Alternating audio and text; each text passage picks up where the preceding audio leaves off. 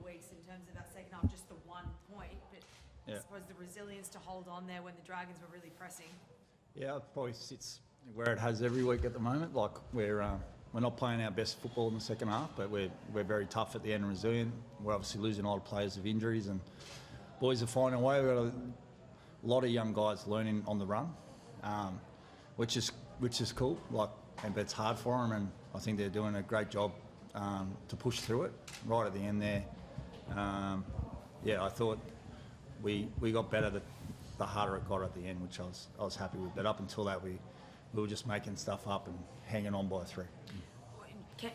From where you're sitting during the game, can you pinpoint why that second half you was sort of dropping off and it is falling away, in particularly any moments, or the momentum being stopped? Or like we were dropping the ball, giving away penalties. Like I thought we were trying, but we just weren't executing what we wanted to do, and then we're just adding fatigue to ourselves because we're putting ourselves under pressure.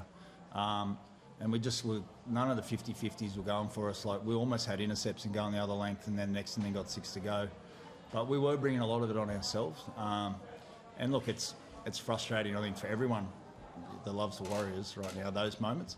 But I just love how we don't get too flustered and we find a way to rally. With all that said then, like Luke's field goal, like very calm, composed. Like it could have been easy for the guys to lose their head a bit out there, but he was so calm when he took that, it seemed. Yeah, I thought it was the right call, the right time from Luke. Yeah, definitely right. And I felt like I think he'll look at his game. I didn't think we attacked well in the second half. Thought we were kind of unorganised down there. We didn't get much ball, but we were down there fatigued and tired off the back of working hard, and then we just didn't even fire a shot, I thought. But I liked that bit, that he's like, okay, 1 point's important here. I don't think anyone in the stadium thought he was going to take it by Luke, so they're always the best field goals and the smartest ones from a half, but I don't think Luke or the team will be happy with the way we attacked them.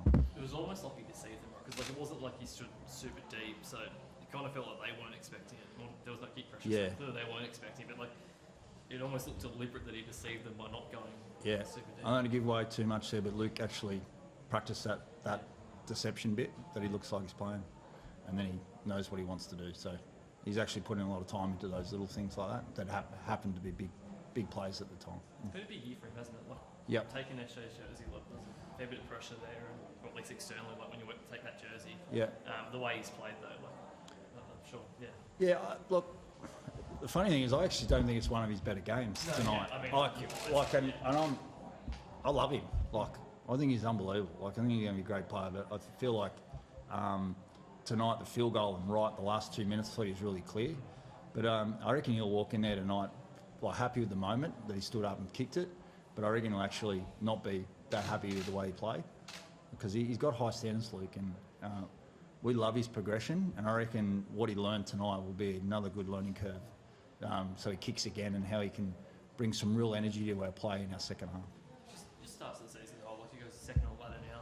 No, still early-ish in the season, but when you consider the guys you lost at the end of last year, like Torhu goes in the pre-season and whatnot, like to be where you are, what's that say about what you guys are as a club essentially?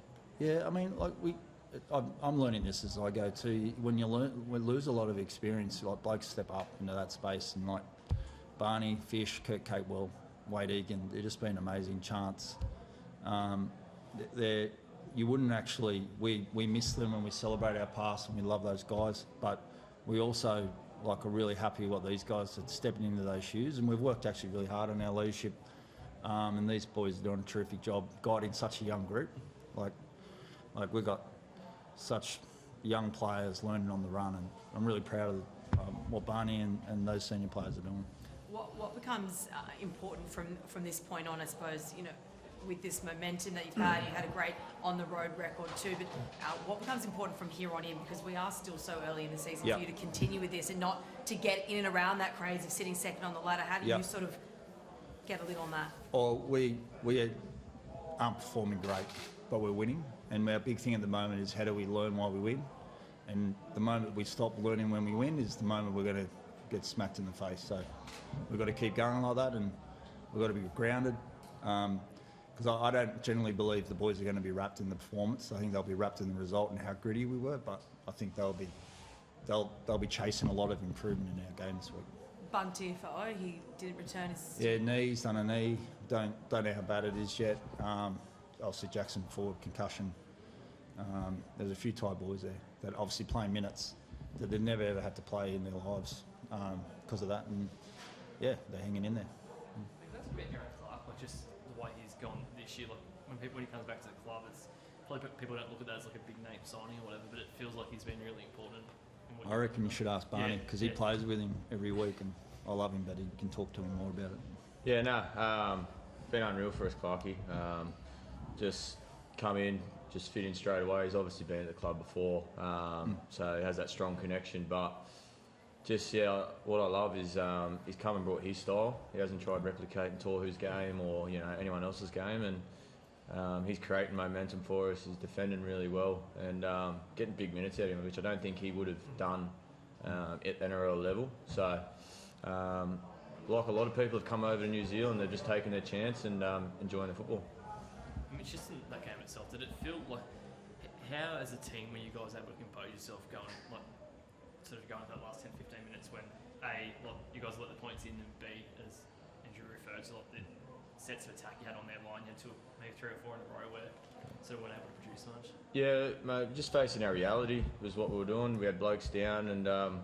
Blokes had to sort of step up and trying to use our energy systems, I guess, the right way. So that's probably why we sort of looked a bit sort of clunky, and that blokes were just playing bigger minutes that didn't have to, haven't usually done that. So yeah, Webby just hit the nail on the head before. Learning on the run, some young blokes got some good lessons, and I think our spine will get a lot out of that. But I just say it every week, we're holding on to the resilience part, and we're so composed there. Especially when they scored that try and just connected. It was great to see. Thanks, guys.